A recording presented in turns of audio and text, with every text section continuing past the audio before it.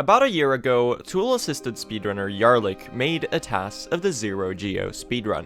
As the world record holder for the category, I decided to post my breakdown and reaction onto my channel. And the comments had one thing to say. Now, do it with Gathering Swarm. Do a Zero Geo run with Gathering Swarm. Now imagine a Zero Geo TAS with Gathering Swarm. But now do it with Gathering Swarm next! Do it with Gathering Swarm! Gathering Swarm! Gathering Swarm! Well, Jarlyk took the hint. Here is my reaction and breakdown of the Zero Geo True Ending with Gathering Swarm Tool Assisted Speedrun. But before we begin, I just need to highlight the fact that Jarlyk works incredibly hard on these Tool Assisted Speedruns, and he has his own channel that you should go subscribe to. I'll leave the link in the description. He also recently launched YouTube memberships if you're interested in supporting him and his work. Thank you. Here we go! Zero Geo with Gathering Swarm. Now, I've actually run a bit of Zero Geo True Ending, and I do hold the world record for Zero Geo still on 1221, which is a patch this is done on as well. And also, as we go, I figured I should explain what a TAS is. So a TAS is a tool-assisted speedrun. Basically, you're constructing a quote-unquote perfect run using special tools such as RNG manipulation and frame-by-frame replays of inputs with a script and a special program. So what you're seeing now is a computer playing back the carefully handcrafted run that Jarlyk has spent months working on. And as you can see, they're doing these nail turnarounds to add a little bit of speed. These are TAS-only tech that make you like 1 or 2 frames faster pretty much every time you do them. Because you need to turn around perfectly. How's the audio balancing, by the way? I hope you can hear it fine. But all in all, really fast King's Pass to begin with, and he's going to be heading for Fury here. And when I say he, I mean the TAS. This is not Jarlyk playing, nor is it me playing. And there's the first Gathering Swarm. So this... so this run, it's going to look a lot like this. I'm going to move the chat. Oh, shit! I'm messing things up. Let me put it back. So this run is going to look a lot like this. It is pretty wild. You cannot do this humanly. It's not possible.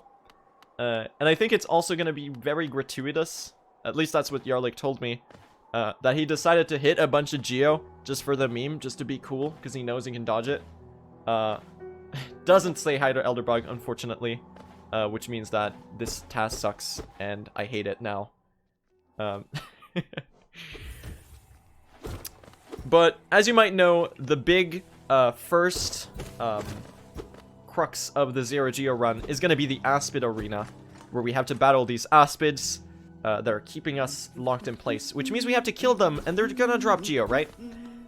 Now, if we have Gathering Swarm, how do we go about this? Well, let's find out. Yeah. So as you can see, the I can't even process this. I can't even process it. It's so stupid. Oh my god. And the instant replay as well. It's so stupid. Oh, I love it already. So, as you can see, the main idea is to try to create this little spiral. The TAS is trying to collect it all into one bunch and then create an orbit. Because from what I know with Gathering Swarm is that the orbit is actually consistent. So what they're doing here, by the way, is they equip Fury and they're going to be doing itemless Balder because they can just skip Vengeful Spirit because it's a TAS and they can do weird shit. As you can see, there's Gathering Swarm equipped. So they're going to be doing RNG manipulation to get the spits they want. And then they're going to be knocked back into the Balder and perform some really precise Fury hits to kill it. This is actually humanly possible, but this is perfect. This is incredibly precise. Jumps through the Geo, and here comes the Gathering Swarm. As you can see, they're collecting it into a nice little bunch, creating this little orbit. You know, the swarm's just following. And the movement looks really silly, because you have to jump and do a little wiggle every few... like every time the orbit comes around. It's like, you know, doing jump rope, or jumping jump rope, whatever it's called in English. That's what it reminds me of. Just have this little orbit, just jumping around it. It's really silly, and I love it, and it's crazy, and I can't believe this is real, because Zero Geo with Gathering Swarm, it's such a meme. I didn't think this was possible until Jarlyk told me that he's making it. So obviously we don't have Fireball, so the TAS is gonna have to do the regular Venge, or the Squid Pogo here. This route is actually pretty interesting because skipping Vengeful Spirit is not something humans tend to do. It's probably not going to be faster for humans because of the fact that you have to do the Balder kill, which is not really doable. Now this strat is actually humanly doable. That is a strat found by Sedic, I believe, using a mechanic that we tend to call Sedic Slash because of him, where you do nail knockbacks to get some more distance. Obviously this is so perfect that, you know, it's not really comparable. And yeah, this is on 1221. So here we go, second Geo encounter. Every time there's a locked arena like this, we're gonna see a lot of trouble. Once again, this is just inhuman levels of dodging, obviously. This is very deliberate and carefully crafted movement, going frame by frame, essentially, with hitboxes on to keep track of all of the Geo. I like that we're getting replays for every one of these, so that you can really see what's going on. You see how absolutely close this Geo is at all times, and how every little movement is configured in the way to get the Geo to bunch together, because eventually it does, and then you create this little spiral. Don't know if you could do this blow. Yeah, no shit. Going into Hornet here, and what's going to be interesting generally is the routing of the category, because since we don't collect Geo, we cannot use stags, we cannot unlock certain benches, and it's going to limit us a lot, and that's going to result in this route being quite different from what humans do. Obviously, I'm talking over this stupid Hornet fight, which is also very perfect. That is incredibly fast. Yeah, and no tolls as well. That's a good thing. So, dash in 5 minutes. A human would probably be around 9 minutes right now. So you're getting a pretty crazy idea of just how fast this is, and it is ridiculously fast. Now, what's interesting is that they're using this bench instead of the mound bench, because obviously they didn't get the mound bench. Still don't have Vengeful Spirit, so they're just going into Fungal with Dash right away, because why not? And if I were to guess, I would say they're probably gonna get the Charm Notch here, because I know they're gonna want to equip some other charms later. They're not getting the Charm Notch. Interesting.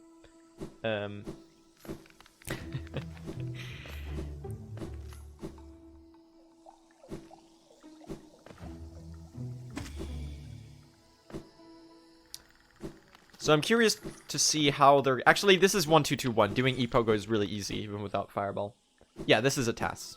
We're watching the Zero Geo Gathering Swarm TAS. By the way, shoutouts to Jarlyk as well. I'll go sub... Like, you should all go sub to him, because he posts, like, behind-the-scenes stuff. And he recently opened YouTube memberships on his channel as well, if you want to support him financially with all the TAS stuff. Because these take a lot of work. There you go. There's the E-Pogo. Pretty standard stuff, considering everything else that is going on. And I want to just apologize as well if I'm gonna struggle with keeping up, because I'm gonna struggle with keeping up. This is very fast-paced. But this is just TAS versions of fungal movement. Here is a manipulation of this Mantis that's gonna allow them to early control. Now this is interesting, because they don't have City Crest here. So they're probably gonna be heading into what I think, if I remember correctly, the route for Zero Geo True Ending, which is what this is roughly following. Obviously a much faster version because it's TAS and they have a lot less limitations. Is they're gonna get wraiths right now, which is quite unusual. It's very rare that you see a run that gets wraiths. And the reason for that is, first of all, obviously we don't have Fireball, and we need some kind of damage output. And secondly, you can't get Shade Soul, and, yeah. You know, you're kind of limited in options. So Wraiths is gonna be the go-to, and then later that is gonna probably turn into Shriek. However, one big issue with getting Wraiths is the fact that we have a giant squid arena to maneuver around. And once again, these locked arenas with enemies are what's difficult about this category. Because you have to kill enemies, there's going to be Geo everywhere. Especially with Gathering Swarm. You can't, like, move around the Geo in a smart way. Why no Walkling storage? Oh, this is also like a semi-human level movement stuff. So Jarlyk doesn't like to do much TAS abuse, or Walkling storage abuse in his TASes. So that's why you're not seeing any crazy Walkling storage. I don't know what to say. Oh my god. It's so stupidly crazy. How do you even commentate this? I guess the one useful bit of insight that I can add here is that, once again, they're trying to bunch it up into these little circles. Because then, even in, like, dives and pickups and C-dash charges and all of that stuff, it does actually follow a consistent orbit. As you can see, right now, the Geo just chills around, and we're gonna get a nice replay here as well, of just how insanely precise all this movement is. Everything is calculated, everything is deliberate, to try to bunch together this Geo without touching it. Got some nice, really loud bugs in the hot spring for some reason. Yeah. Yeah, the replays are really well done.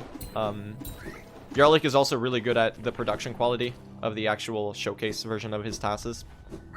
And I should also add, he has his own commentated version on his channel that you should probably watch, because it definitely has a lot more insight than someone like me just reacting to it. Obviously, I have some insights with Zero Geo, having run the category at, I guess, as high of a level as Zero Geo goes. But it doesn't really help me here. Now, Gruzmother, also going to be a tricky one. This is going to be quite interesting. Once again, the bunching up method. That was a lot smoother than I expected. And these ones as well. It's going to be really close Geo, because these drop Geo on this patch. Once again, gathering them into the swarm. Beware the swarm. Some nice wiggles here. So they're gonna be doing a shade skip here, which is interesting. Obviously, they're not getting slaw. They're not getting sly, because you can't really buy anything because you don't have Geo. Obviously. So it's a very standard shade skip. This is stuff you've seen before. And a nice Blue Lake Walkling storage. So if you're curious about the Walkling storage rule set this is following, this is like pretty much no major glitches rule set, also without TAS abuse of Walkling storage. So, you know, aside from all the perfect stuff, this is like relatively human movement, aside from the perfection of it, if you get what I mean.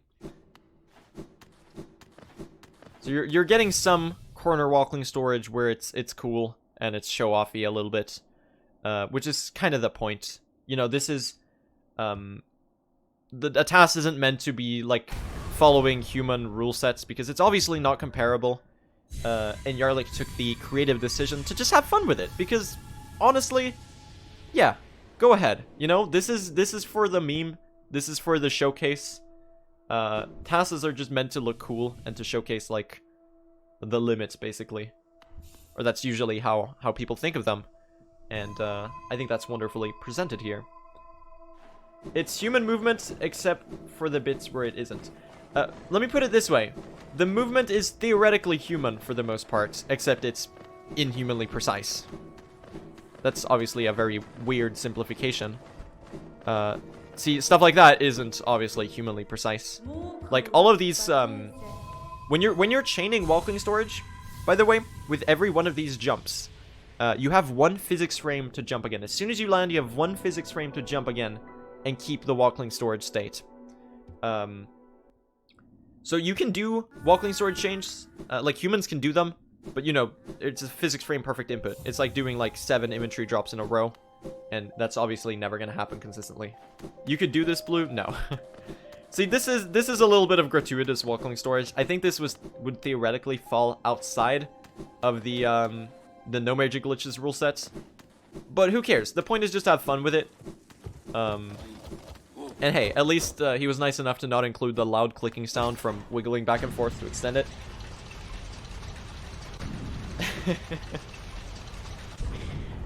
Does Hollow Knight have buffering? Yeah, for some inputs like the nail and the jump have buffering. I think the dash also has buffering. There's a bunch of stuff that has buffering. Not everything though. C dash doesn't have buffering, which is pain when you're trying to do acid skips. So what they're doing now is presumably they're gonna head into Sanctum. And because they didn't have City Crest from not doing Crossroads and not getting Fireball, which is definitely the most interesting routing I've ever seen for a category. It's just skipping Fireball. It's so unusual. Like, there's the Spellless category that I've seen and I've broken down before, but nothing to this level, of course. And, well, nothing really gets to this level at all because it's a TAS, and that's kind of the point. But because of that, they had to enter the city from the right, because obviously you can't do City Crest if you haven't fought the False Knight. For, well, obvious reasons. So they're entering from the right, and they're going to head up to Sanctum with Shriek only. Now, once again, enemy arena upcoming. Here's another quote-unquote Geo moment, if you want to call it that, with this little guy. He's just going to get wraithed, and then it's dodging time. And this one is pretty smooth, just jumps out of the arena immediately. That one doesn't give too much trouble.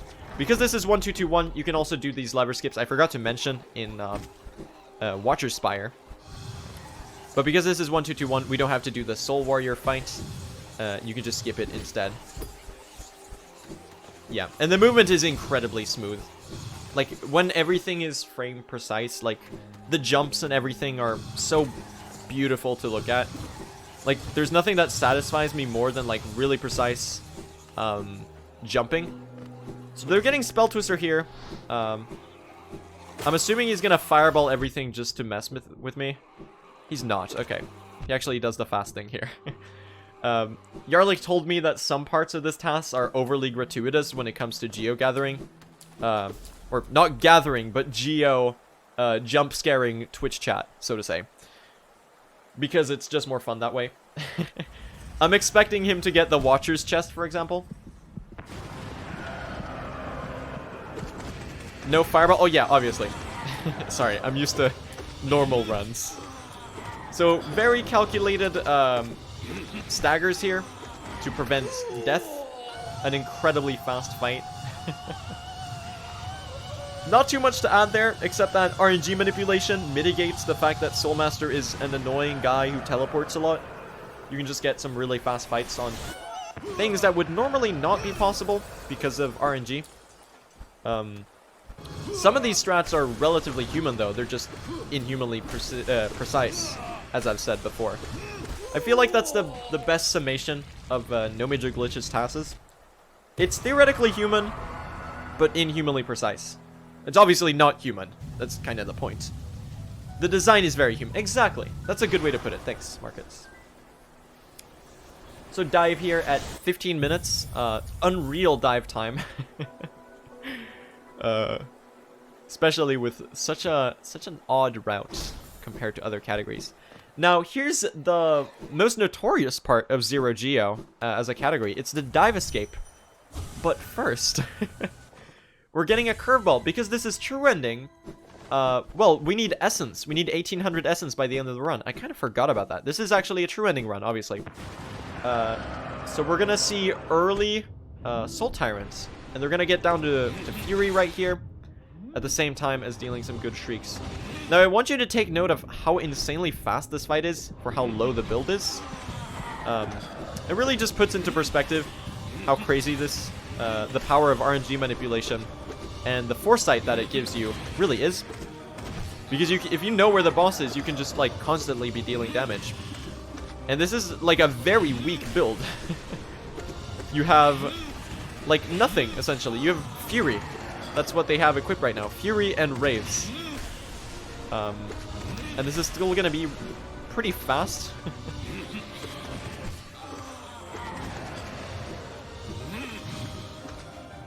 And Gathering Swarm, yes, obviously. So if you're wondering where Gathering Swarm came from, if you're like, oh, but it takes Geo to equip Gathering Swarm. Well, the point of the run is to have Gathering Swarm. So the knight has it by default from the start. And if you're gonna complain about that, then you just hate fun. Because that's what this is. You know, this is not meant to be like a leaderboard run, obviously. It's meant to be fun, and it is really fun. Now, notice how they dove on those dives. That's a weird sentence.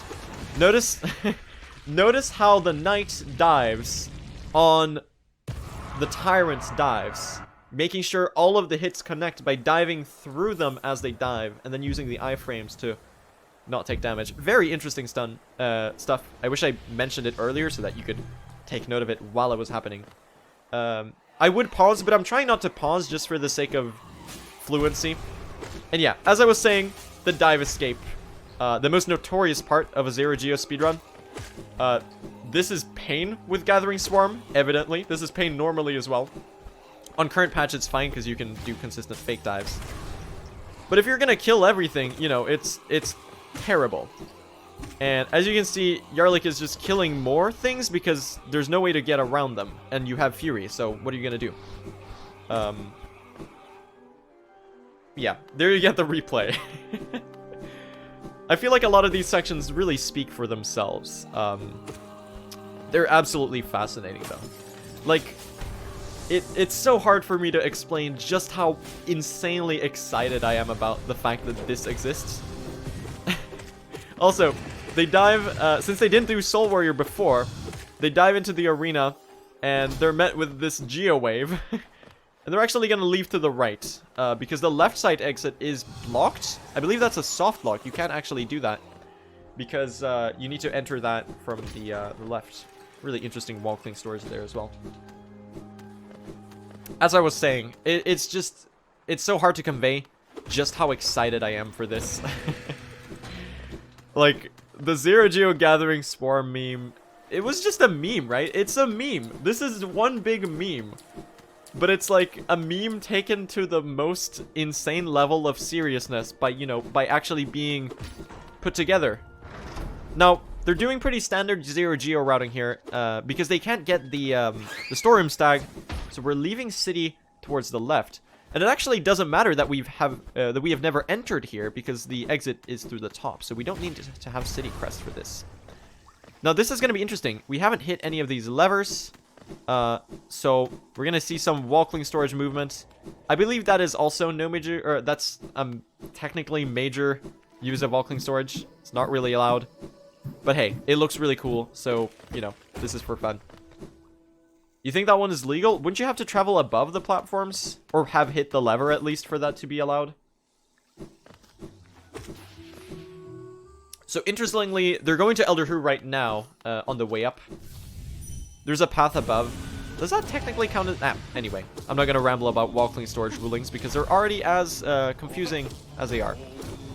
So notice how the knight actually fits between two close by pancakes.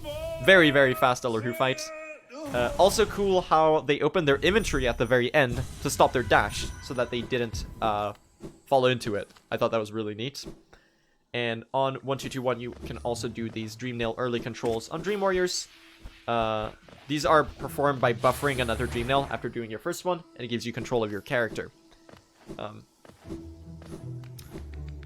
Topology rules are dumb. Yeah, I think the thing with walkling storage is that the rules are designed for humans. If you are able to do this, it kind of breaks apart. Because the rules are made for humans in mind. And I think they work fine. This movement is a hell to move through upwards. Like, this room is terrible. I've done this in my Zero Geo runs. It's not fun. It's like one of the most awkward bits of movement. And they're probably going to be heading to Crystal Peak now. This is pretty similar to the regular Zero Geo category. And you're going to see some more walkling storage movement here. Just zooming through for the fun of it. Very cool stuff. Yeah. You know, the one thing I really want to know is if Jarlyk pogos the meme rock in Crystal Peak. The meme rock is this Geo rock right after C-Dash that I like to pogo in my in my Zero Geo runs. So notice how they actually healed up back from Fury, which means that there's gonna be a damage tank at some point. That health is meant for something. They wouldn't heal up for nothing. And they had to get some more soul as well for that. So that's a big mystery to me. What would you need this health for? I'm assuming they can do a really fast Crystal Peak gauntlet cycle without damage tanking, especially if they're using walking storage. So I think it's for something else. I wonder if it's for the buggy skip for D-Dark at the very end. Gonna see a nice walking storage Pogax. I guess we can say Pog walking storage. HK slides in the chat. I think I still have that emote. It is always applicable to TASs. Yeah, there you go. There's the HK slide. So just very smooth, insane Crystal Peak cycles here. Pretty much what you'd expect. The vertical movement is so insanely satisfying with tool-assisted speedruns because, you know, you're basically just like climbing upwards at insane speeds. And what's really cool is that this run's gonna get wings, right? Because it's a true ending run. I can't wait to see the vertical wings movement. Because wings movement has developed so much with like the insta-wing strategy, which is very, I think it's like frame perfect. Yeah, a lot of gratuitous walking storage here. Just how I like it. No complaints from me. I'm all for it. There you go. Look at us go. So, as I suspected, they're actually not going to be damage tanking here. And keep in mind, each one of the jumps that they're using to chain the walking storage is frame perfect. I guess that doesn't really mean that much, since every input is frame perfect in a TAS. I mean, every input always is frame perfect, but like for the intended strat. You know what I'm saying. I'm just complicating the stuff. Now let's see the meme rock. Come on, Jarlyk. Pogo the meme rock. Pogo the meme rock. You want to. Yeah! Woo! Meme rock. Yes, that made me so happy. That's so stupid. Yeah, let's go. So silly. That's so stupid. Even saving the grub. You love to see it. A good Samaritan. Going around doing their business. You're gonna see a dark room. Get used to these. Because it's true ending, they're gonna do a lot of dark deepness. Because you need to fight Galien. In Deep Nest. Which is gonna be quite... quite something, so to say. And probably also get a Dream Tree. Because I believe that is the fastest Dream Tree. So... be prepared to see a lot more dark rooms this run. Once again, more walking storage. They're going to be pushing this buggy upward. In 112, you can get the grub and the bug naturally moves upward.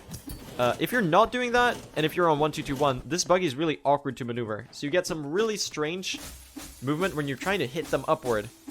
Just so you can do this early control. And as I suspected, that was what the health was for. So this is actually a human strat. The buggy shoots you, you get control of your character, and then you can leave right as soon as you pick up D-Dark instead of having to wait for the cutscene. So this is about a 10-second time save. And conveniently, Zero is right here to be hunted for essence. Notice how they're using a lot more D-Dark now because it is by far their most powerful spell at this point in the run. They might get Shriek. I'm pretty sure they're going to get Shriek because it's going to be important for some other stuff. Once again... C-dashing out so that they perfectly pick up the essence. Now, a part of normal true ending that is a very big part of the category is the geo gathering. However, like gathering relics and stuff like that. However, I realize that's not really that relevant in this category. So that's actually one of the best things about Zero Geo True Ending is you don't gotta care for shit about geo gathering. That's really nice. Because geo gathering in True Ending is kind of tedious, let's be honest. For people that have run True Ending, it's like a bunch of relics. You have to stag a bunch of places just to get Lantern.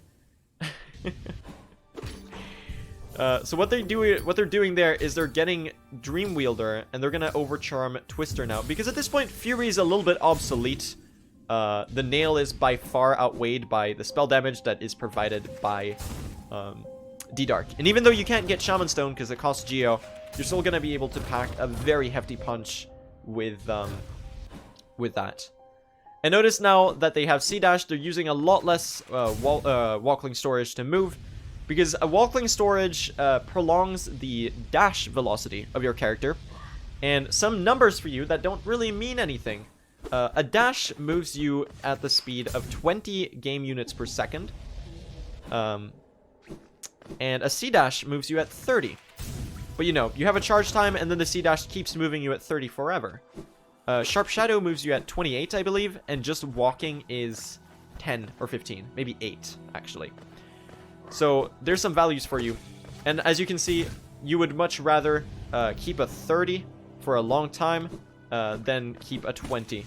So C dash is by far the most powerful damage or velocity option for the player at this point in the run. So now they're gonna have to fight False Knight. You know, I really didn't consider this part because, you know, we kind of skipped False Knight earlier. I'm wondering if they're actually gonna get Vengeful Spirit. But the reason they're fighting False Knight is because they need to fight Failed Champion for Essence. And we haven't fought False Knight yet. So we're coming back here with D-Dark, just demolishing False Knight. An orbit of Geo from the Husks just hanging around.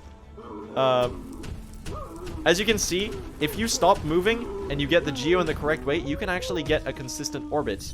Even when you're standing and dream nailing and charging C-dashes and all that stuff. I think that is what really makes this run possible, is the fact that there is a consistent orbit of Geo. Now notice how they're not picking up the City Crest, because they're obviously not going to need it. And they just want to leave the room so that they can do Failed Champion. Yeah. You know, the night is the planet, and the Geo is the moon. And we're going to see Failed Champion here. This is obviously a very tricky fight in normal runs. It's going to be piece of cake, obviously, for the TAS.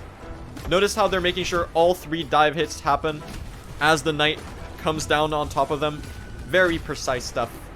Because we don't have Shaman Stone, you have to do a little bit more than 4 dives. But because they have Dream Wielder, you can still gather that soul very efficiently. And it makes this very doable. Had to stop a little bit there because the soul ran out, and there's no way to gather it without kind of damage tanking. So notice how they barely squeeze in a D-Dark. And on the 1221 patch of the game, you can actually do uninterrupted D-Darks. Essentially keeping yourself invincible for as long as you keep spamming D-Dark. This is no longer possible on the current versions of the game. On the current version of the game, when you start a new D-Dark, the iframes of the old one automatically interrupt. So you cannot stand inside an enemy. But because this is on 1221, which is the patch where we run the most no major glitches categories, it is actually possible to do this and stay completely inside the Failed Champion and any other boss for that matter if you keep spamming D-Darks. And that's one of the interesting quirks that made D-Dark even more powerful than it is today. Because D-Dark is a very powerful and versatile spell today, but it used to be even more broken because you can do that and essentially cheese bosses. It's a really good thing that Team Cherry fixed that, because the spell is a lot more balanced now, and it requires a little bit more thought to use. You know, there's this one there's this one copy pasta in the speedrunning community, where it's like, oh, why are you dying to bosses? Just spam D-Dark. I don't know if anyone has it right now. If you can post it in the chat, because it's very silly. It's one of those pastas where everything. Oh, there we go. Stream Elements posted it. Not visible in the on-stream chat, but you can spam that if you want, chat. Feel free. Go ahead. All yours. Some random Geo from the rock, just for the sake of it.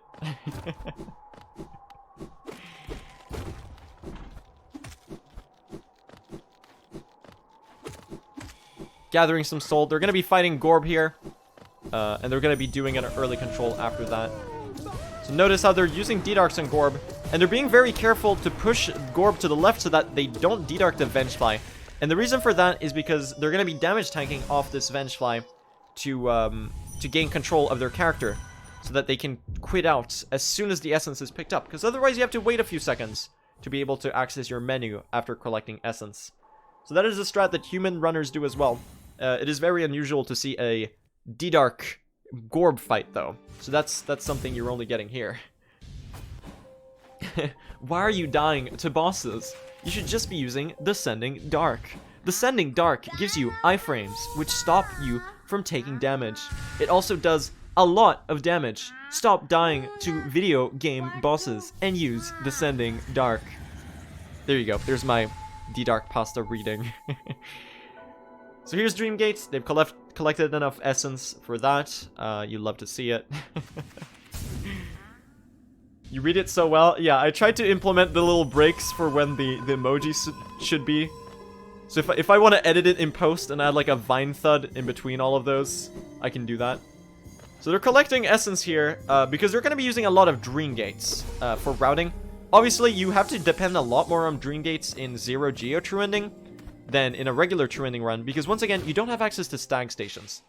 So they're actually collecting every bit of essence there because they're going to need it. We're going to use a lot of Dream Gates for routing because it is essentially the only tool, except for the Resting Ground stag, that we have access to in a Zero Geo True Ending run.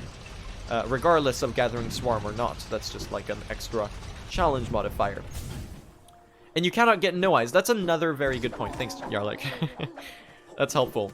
Because No Eyes actually requires Lantern to spawn, the run cannot actually fight it. That's why you cannot do Zero Geo Godhome Ending, for example. That and Colosseums. You also have to open Colosseums. I believe the maximum percent for Zero Geo is 83%. It might be 84. But you can't do No Eyes. You cannot do Pantheons. What else can't you do? You can't do Colos. There's a bunch of things. And obviously all the paid stuff, like the Vessel Fragments and the Charms. And all of that. So there you go.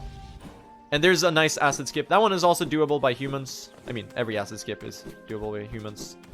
We're going to see a Hornet 2 fight right now. Geo-wise, we're quite chill for this section. We're not really stumbling upon that many enemies. But, you know, we're getting a lot of precise and intricate movement in other regards. That is, in my opinion, just as interesting. It's not as flashy as the Geo stuff, but I think there's a lot to appreciate about everything else. So obviously they're overcharmed here, and you're gonna see a lot of precise dives. I think these tasks really do a good job of showcasing the potential of D-Dark and how high the skill ceiling is. Because it's all about hitting that first D-Dark hits on small, nimble targets. Because D-Dark hits in 3 separate parts. There's the one coming down, then there's the first and the second shockwave. And hitting the one coming down, which is a small hitbox on your body, is what makes it difficult to get the full damage. But there you go. There's Kingsbrand in 33 minutes. Very, very fast.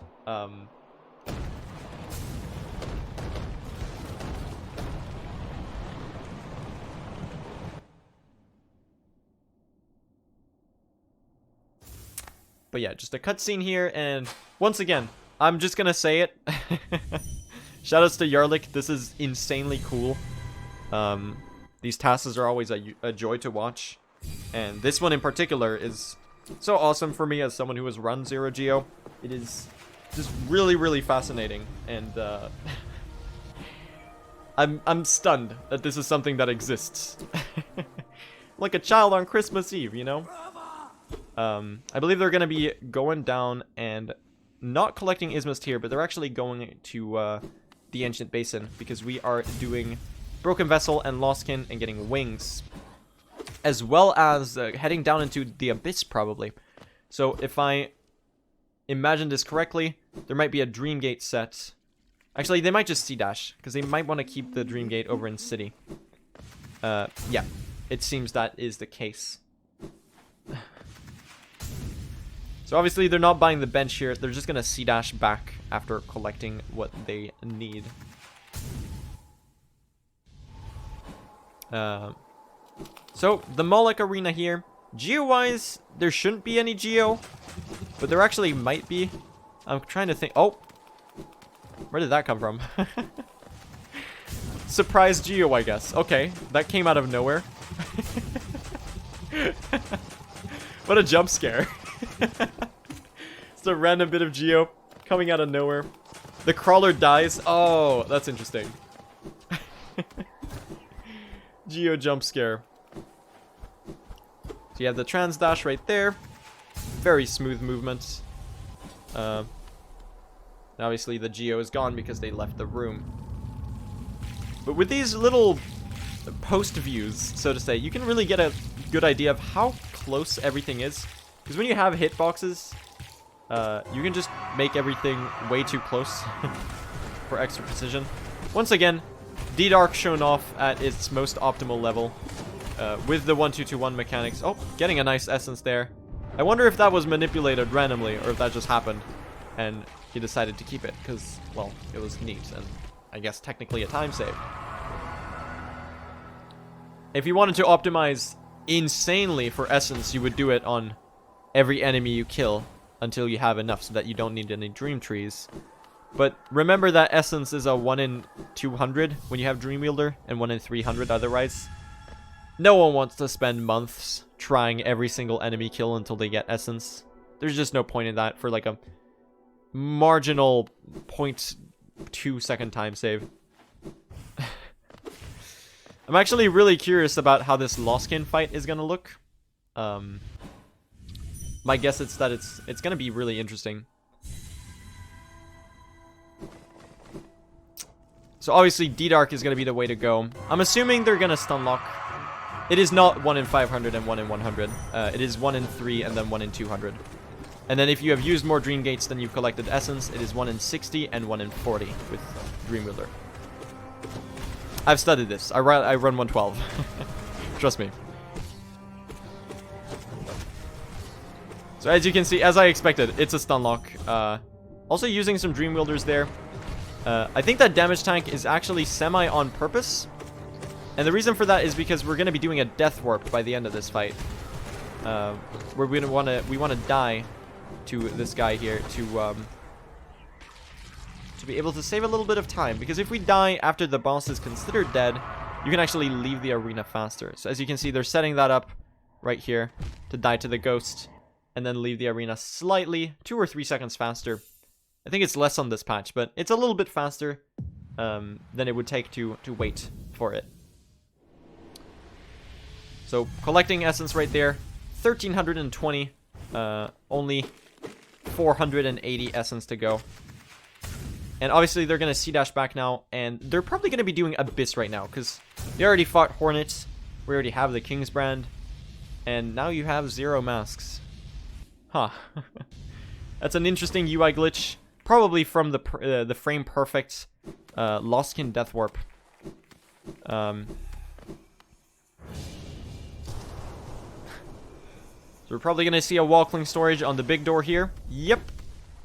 Keeping that, and then doing some very precise positioning on these imagery drops to head down to Shriek. Now they are actually getting Shriek, which is very interesting. I assumed so because they got Wraiths, otherwise they probably wouldn't have bothered with Wraiths.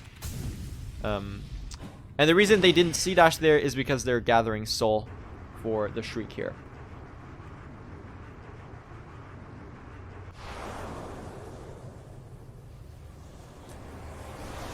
So there's Shriek.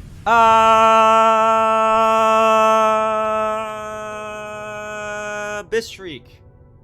Get it? Because it's a scream? I'm so funny. I'm sorry. I had to do it.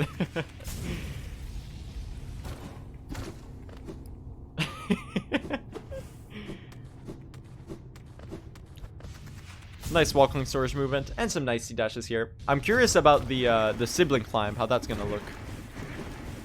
So this part of the run is quite chill, geo-wise. We're gonna get real scared when we enter Queen's Gardens, because that part is the interesting part for Zero Geo True Ending in particular, the most difficult segment of the entire run, because you have to do the big Queen's Gardens arena, you have to do the Petra arena. That one is it's just a really hard segment, especially like I've done attempts of Zero Geo True Ending like human runs. It's not an easy category. I think I gave up because I was focusing on 112 at the time. But I want to go back and do it. I might do it after this because I'm kind of getting inspired by this. It's a cool category. I know Monster's done it before. So Monster technically has the world record for Zero Geo True Ending. But I have run it. It was like a year ago, so I don't really remember that much about it. But yeah, pretty standard stuff. They're critting out as soon as they touch the fountain, and dream gating back to city.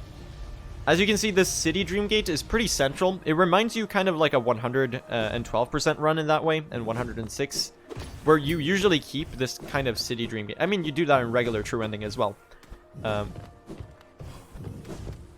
that's a very interesting aspect, because since we don't have stag stations, city becomes like the middle point for the dream gates, because we're always gonna return there for most of our doing stuff, whether that be heading back to resting grounds, or whether that be doing things in city, you know, fighting watchers, getting Lurian. They're probably going to move that dream gate as they move towards the left of the map. When they're starting to do Fog Canyon and Queen's Gardens, they're going to let go of this dream gate. But for now, it's a very central point of the map that they want to keep. Obviously, Shriek Watcher Knights, they get melted. Even though you don't have Shaman Stone, they're using D-Dark as well here to stay really close and deal with some of the rolls that they're getting. And even though they're getting rolls, that doesn't mean it's slow, because, you know, this is all RNG manipulated to be a perfect outcome. And the idea is to try to kill both of them at the same time, because that is the fastest way to do it, really.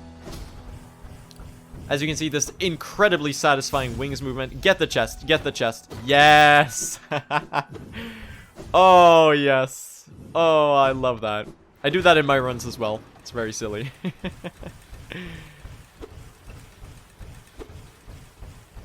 Oh, these wings jumps are crazy. So I think what they're doing here is insta wings, which is essentially eliminating the delay and the dip of the wings. And they're spamming that all the way up. It's incredibly fast and very, very satisfying.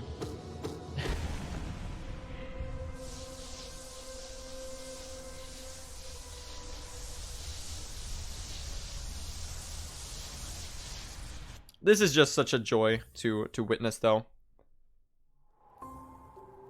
How do you do insta wings? I don't remember. But it's like, it's a very precise set of frame perfect. I think you do a nail.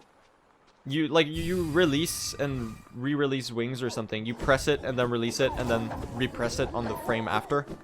And the nail is just like a nail turnaround thing. Yeah, it's doable humanly. I know Sawayoshi, who is a very good runner. They do it, or they go for it, and they're quite solid at it. As you know, as far as humans go. So as I said, they're going back to resting grounds now, because there's no stags and anything like that. You have to travel back to resting grounds manually. Just kind of a pain. And the reason they're going to be doing this is to take the resting ground stag, probably. Yep. So they're taking the resting ground stag because this is the only stag we have. And this is going to connect you to Dirtmouth. That's the only place you can go. So if I'm going to guess, for the end of the run, they're going to be having a Dream Gate at resting grounds and then stagging to Dirtmouth, because that's the only efficient way to get back from wherever you are. So resting grounds is going to become the new King Station in a sense. Now, obviously, we're going to get the Fog Canyon and Queen's Gardens, as well as Deepness segments next. And then after that comes White Palace and all that cool true ending business. This is relatively geo-safe as well, unless Jarlyk decided to be funny and hit a bunch of jellies for Geo as a joke. Obviously, we don't have Ismist here, but that is doable with a nice dash under with the wings. Some very precise dropping here. A nice, solid old Trinomi drop. Sometimes the classics are the best ones. So this is pretty standard. The Geo isn't a problem there. That movement is doable for humans as well. It's a little scary, but it is very standard, at least as far as movement goes. They're setting a Dream Gate outside of Archives, of course, to Dream Gate out after they're done with Monomon. A nice wall cling storage there to skip the C-dash from the right. And here comes the Umu fight. I think this is probably doable with a one cycle, just because they have Shriek and Spell Twister. Even though they don't have Shaman Stone. But this might be a case of a 2 cycle. I think it's a 1 cycle though, just because it's Shriek and Shaman. So we're gonna see here. This doesn't really look like a Shriek setup, but they're 99% chance. Yeah, they're using Shriek. 2, 3, 4. Yeah, 4 shrieks. Standard stuff. Nice, solid 1 cycle. That's nice about having shriek, is Umu is so much less of a pain. In categories we have to do 2 cycles, it's kind of miserable. Like, even in all skills and true ending where you can 1 cycle with Shade Soul and dive and whatever route you're doing, it's kind of pain, but categories where you have shriek is just great. Like 112, for example. I'm shilling for 112 a lot because it's my favorite category, but... Sorry, I mean, Zero Geo True Ending with Gathering Swarm is my favorite speedrun category. Nothing else. There's nothing that beats this. I was just about to say that. Yeah. I am a bit of a 112 shill. Can you blame me, though? It's a good category. Now, obviously, getting a nice early control with the Dream Gate. And leaving out to the outside of Archives. We're going to be heading straight into Queen's Gardens. In regular True Ending runs, you would do no eyes here, but obviously, we can't have Lantern, so that's not happening. We're going to see QGA, just for the meme. But it's the Walkling Storage version, because Jarlyk wanted to fuck with you, so... There's that. Enjoy. Don't blink. It's pretty crazy stuff. Ooh. Very close to getting sniped by that one there. Now here comes one of the most interesting parts. Queen's Gardens, probably one of the hardest segments in a Zero Geo True Ending run. Also in a regular Zero Geo run. And that is mainly because of this Petra arena. And then there's a second even harder arena in Zero Geo True Ending. Now the issue is we cannot leave the room here. So we're going to keep this Geo floating around us. This is just obscene. I was imagining he was going to leave to the left to despawn the Geo. But Jarlyk doesn't do that baby shit.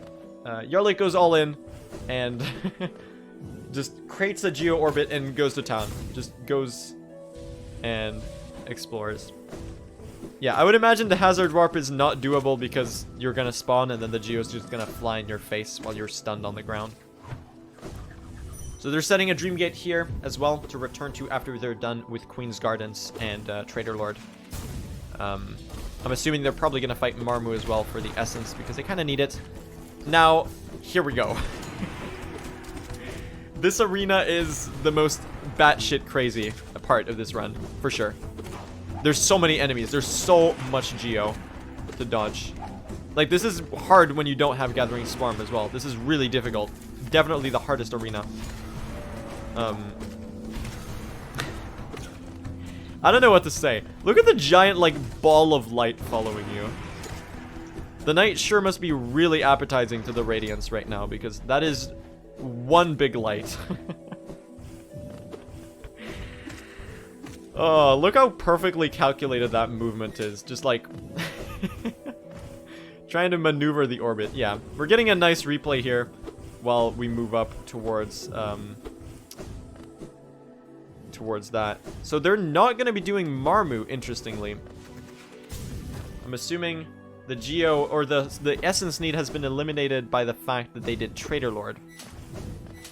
Which is, it's nice. It's a lot better to do Trader Lord. It's definitely faster.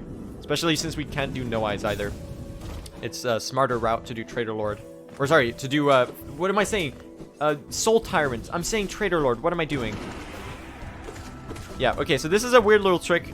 If you shriek them as they spawn, their hitboxes actually move. They spawn in the ceiling, basically. It's very silly. You saw that on the first one. And this arena, because these drop Geo, is going to be quite chaotic. This is going to be a very cool fight. I have no words. I have no words. This is...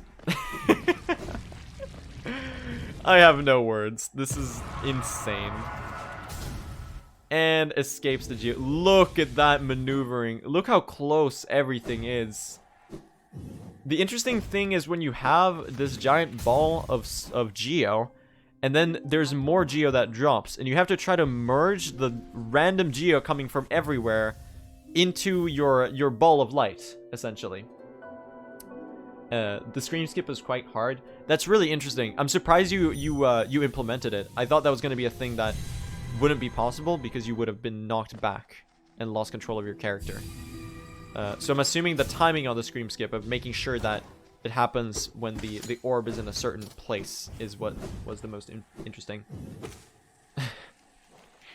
Some nice infantry drop movement. And sorry, you're not going to be able to see anything. But we're going to get a lot of dark deepness movement. Also on 1 HP. Because healing is for cringe people. And we don't do that in TASes. So they're setting a Dream Gate here in C-dashing on. As I said, we're going to have a lot of dark deepness in this run. Even more than the regular 0 Geo. Because we're presumably going to be fighting Galian after Hera. Because, well, we need to we need to get some more essence. And on the way, we're probably going to be getting the tram pass as well. Because now that we're in the left side of the map, and we've used the Dream Gate in the left side of the map, we're going to need to get back somehow. And the way we're going to do that is by going to the right with tram pass. Which also provides a nice path for White Palace. Since we can take the tram directly to... what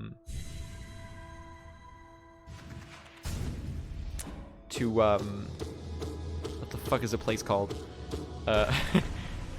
The Ancient Basin. I'm so sorry. I completely blanked.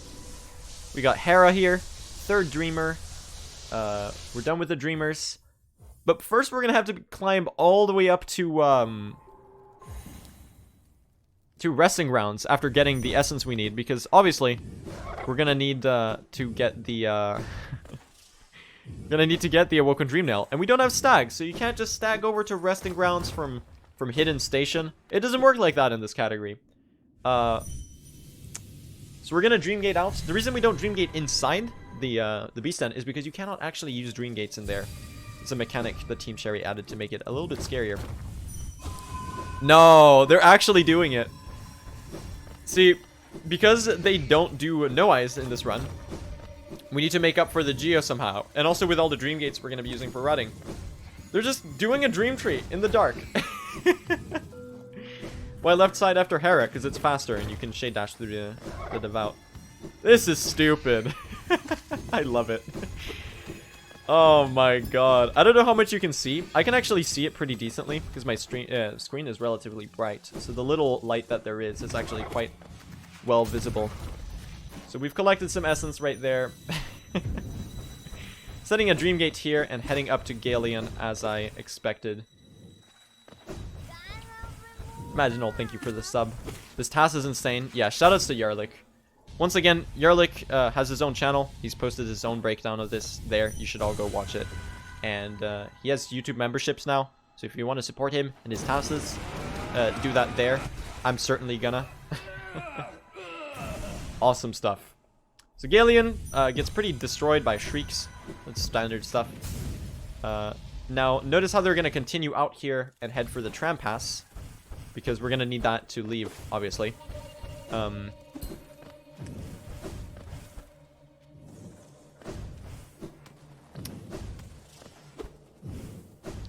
geo-wise, once again, this part of the run is relatively tame.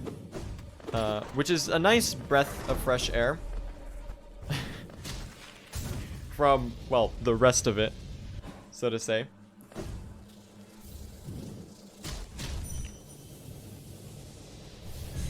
You know, I kind of expected them to get Dash Master in this run. Because it just felt like it made sense with all the wall clean storage.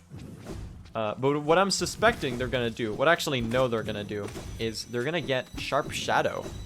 Which is not something that conventionally happens in runs like these. But remember what I said earlier about speed numbers for different types of dashes. So a dash is 20, and a C dash is 30. Now a Sharp Shadow dash is 28, right? So nice hitbox shenanigans there. Just strange things from this patch where those spikes don't have a hitbox. Now, as I said, Sharp Shadow is 30, or sorry, 28. So it's pretty much the exact same speed as a C dash, except there's no charge time. And now the interest, well, technically there is a charge time with it, but the point is, if walkling storage preserves your dash momentum, and you do a dash with Sharp Shadow, with walkling storage, what happens then? Well, you're about to see the answer to that, and it's pretty fucking crazy, so peel your eyes. Because you're gonna get very disoriented, because when we're talking about velocity, this is certainly something. So, who's ready to go faster than the speed of light? After this C-dash. So the small bees, of course, are a symptom of being on patch 1.2.2.1. Hive only really got boosted on patch 1.3 when the Hive Knight was implemented. That fight didn't actually used to exist before that. Now, I think here's where we're gonna see it. Oh, that's a C-dash, okay. Oh! Where's my walkling storage? Come on. Show me the walkling storage. Show me the walkling storage. Show me the walkling storage. Come on. I want to see it. Oh, okay, there it is. Oh my god. Oh my god. HK slides in the chat. Holy shit, that is so fast. My god. The absolute speed on this little knight. Look at them go. Oh my. Yeah, as I said, you can essentially get a free C-dash without any charge time. So they're using a Dreamnail early control there as well. The Dream Gate back to here. And it's climbing time. As you can see, they have exactly 1800 essence, which is the oh, this climb is, sorry. Let me just appreciate this climb for a second. Oh my god. It's like disorientingly fast. It's so hard to keep track of the knight with your eyes because you're not used to seeing the knight move this quickly, and the camera doesn't really keep up in the same way that it should. What was I saying? Right, so you're moving essentially at the speed of a C-dash without any charge time. And while being able to control yourself horizontally and vertically. I mean, provided you keep that momentum.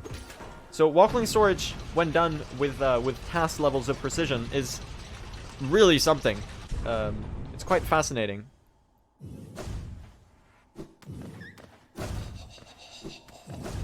So yeah, the speed is just unparalleled. I mean, C-dash is faster, but nothing gives you this amount of control and velocity at the same time.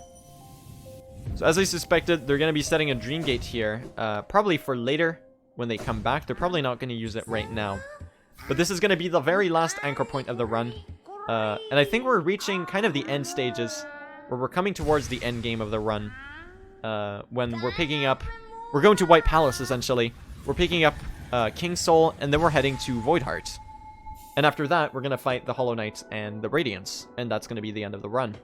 Now, I don't know if I'm right about this, but in theory, there should be little to no Geo scares left. Which is a relief. But, you know, the fun isn't over. That's very clever of Jarlyk here, that he uses the Stag Bench, or the Tram Bench, all the way down here. To be able to move back there so that he doesn't travel all the way down. So in Zero Geo, you really get to see the levels of interesting routing and utilizing the little routing tools you have, such as Dream Gate and the few benches that you can use, and you really use those to your advantage here. So White Palace, obviously we have Sharp Shadow, so I think this is going to be pretty silly. Just like staying absolutely on this King's Mold. Obviously the nail damage is really low. And start looks pretty similar to what humans do. Yeah, this is all pretty human stuff. It's really hard to optimize rooms where you're just C-dashing. You know, for some very few things. Oh, is there a King's Mold skip? There's this King's Mold skip. Let's go! This is one of my favorite strats. There's hitboxes for spikes in the clouds, because Team Sherry made them, like, spikes for some reason. So if you know where there are, you can actually... Oh my god, that is fast. If you know where the spike hitboxes are, you can actually skip the first King's Mold. And it's a bit faster in True Ending. That strat is actually faster and doable for humans as well, because it's just pogoing in the clouds. You just gotta know where it is. I do that one in 112 sometimes. Oh my god, the Walkling storage. Holy shit, the Walkling storage. It's too fast. Now what's interesting is, like yeah. So that's another thing. On this patch, on the current patches of the game, those spikes aren't, or those clouds aren't spikes. I believe on 1221, every cloud in White Palace is a spike. Oh my god, that's a cycle. That is a cycle indeed. Holy moly. Yeah, so you can just go along the bottom and have a good time.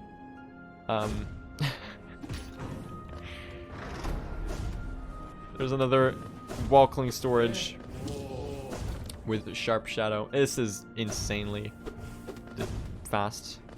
Now they're not doing the skip for the top here, because I believe that would be a major glitch. So they're following the NMG rule set for this, and squeezing in between the saws here.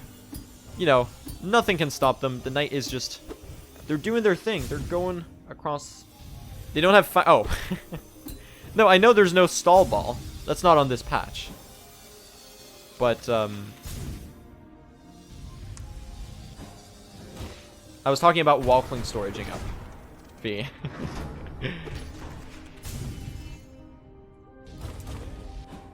Yeah, this White Palace is just like the victory lap of cool movements. This is just a celebration of TAS movement as a whole.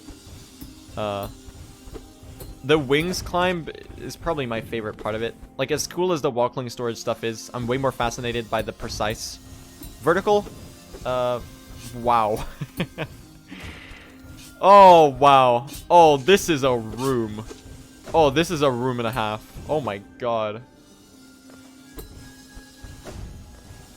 I'm surprised they're not spike tunneling here. I kind of expected that to be the case. You know, because the vertical movement, while I'm at it, I guess I should say, the vertical movement is probably the most awesome I can't speak. Probably the most awesome part of Hollow Knight movement in general. Probably the most satisfying. I'm sure a lot of speedrunners agree with me on that. That vertical movement is just to die for. And seeing it, like, done at such an inhuman level. Oh, wow. Oh, wow. Okay. Wait, what was that? Okay. This might be one of the few times that okay. Actually, I'm gonna skip back for that. What the fuck was that? I'm gonna take a look at that again. This is the one thing I'm gonna scroll back for. Wow. Okay. So what they're doing there is they're utilizing Walkling storage, because with Walkling storage you've probably seen it like a bajillion times. I'm kind of late on explaining this, but with Walkling storage, essentially you're tricking the game that you have the Walkling states where you're stuck to a wall, right? And with Walkling storage, the game thinks you're on a wall, but you're in air and you're keeping your dash momentum. That's what makes you go zoom zoom with Walkling storage. That's what makes you HK slide. Insane White Palace, by the way. And if you have Walkling storage in the air, you can jump off that imaginary wall and essentially get yourself another double jump, and that allows you to circumvent a lot of movement like that, because you can just jump in the air. So essentially, you have a triple jump if you have Walkling storage. Because you have Walkling storage, and then you have wings. So you jump off an imaginary wall, and jump with your wings, and that's how it works. Yeah, obligatory HK slides in chat, just in general for the TAS. Just now crossing the 1 hour mark. I know how to speak. We're heading down for the birthplace now. You know, I'm really excited to see the Abyss Climb. The Abyss Climb is also, as I said, one of my favorite segments, just because it's pure vertical movement. There are a few things as exciting as vertical movement in Hollow Knight. In every category that I do that has Abyss Climb, it's just a blast. It's such a cool segment. And I'm curious to see what it looks like when you do. Oh my god, what was that? Why did you end up like teleporting after the Shadow Gate? Does that like speed you up like 10 times or something. I know the momentum with that is like really weird. Walkling storage through Shade Gate gives you 90 speed. Team Cherry, what? Team Cherry, what? Hello? Oh god, hold on. I'm getting distracted. I want to look at Abyss Climb. Oh my god. Look at the insta wings and wall cling storage. This is... Holy shit.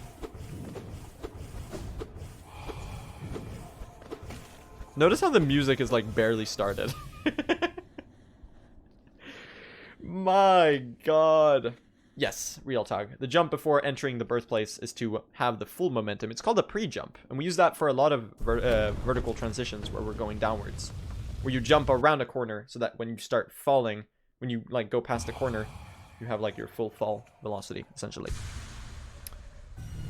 And that's Void Hearts. Now, correct me if I'm wrong, the true ending world record is right around this time. I don't exactly remember what true ending is right now, but it's like a 102, 103.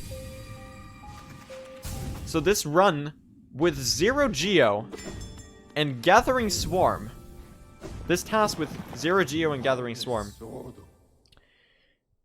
is inching very close to the real true ending world record with no restrictions. That's very cool. It's 103.54. Yeah, I'm way, like, out of phase on true ending. I have no idea. I haven't run that category in so long, and I've barely kept up with it. But here we go, chat. The very end. Before we start the final fight and before we watch this, once again, chat, can you show some love to Jarlyk for creating this amazing task, among so many other amazing tasks that he's done in the past? Like the Ghostbusters and the Spellless True Ending, and for the original 0 Geo TAS that we all love so dearly. Probably my favorite task of any game is Jarlyk's original 0 Geo TAS. This one's coming close though. This one is just that run on crack, basically. But it's so cool that we have tassing in Hollow Knight now. And that there's people willing to put in the time to create these amazing showcases of everything that is precision, everything that is like awesome and cool about Hollow Knight movement, pushed to the very limit. And nothing explains that better than the THK fight going on. Perfect soul gathering, perfect patterns, staying like one little smidge away from them, and just shrieking until they're dead. And there comes Hornet. And she says her signature line, "Get the." She does not say "get good," chat. Get it right, okay? You're just projecting. You're hearing what you want to hear. I swear to God, I'm not having this debate. And the god that is the night, full of walkling storage, full of insta wings, full of frame-perfect inputs, challenges the literal sun to a screaming battle. And here they go. Hovers on top of the Radiance. Shrieks the hell out of her. She can't do anything. She's queuing up attacks left and right. But they can't do anything. The knight is unstoppable. Hovering there. Not affected by gravity because they have a nail and they know how to pogo. God damn, they really do know how to pogo. Standing here, a good quirk of the regular Radiance fight is that she always spawns on the lower platform at first. So you can get out some really good damage. Standing inside of that circle, yeah, it actually doesn't have a damage hitbox all the way inside. So if you hover in the middle of it, you can actually avoid damage very precisely. Now this fight is done. Insane Radiance climb at the end. Wow. And the underplat to end it off. There it is. 0 Geo, true ending, with Gathering Swarm. We thought it was never gonna be done. We thought it was a joke. We spammed it in the comments of the original task. And look where we are now. Look what Jarlyk has made for us. I don't know what else there is to say. That was insane. That was really exciting. I guess all I have to say is subscribe to Jarlyk. Fascinating. I said it before, I'm gonna say it again. I'm like a kid on Christmas Eve. This is the stupidest dumb shit I've ever seen in the best possible way, and I love it, and oh my god. That was beautiful. And Hornet is knocked out because she saw a glimpse of what the knight is capable of, and it shocked her to her core.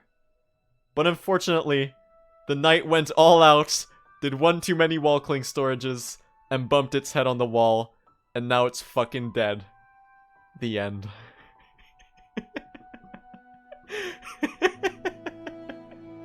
I'm sorry, I'm ruining, like, the emotional cutscene or whatever.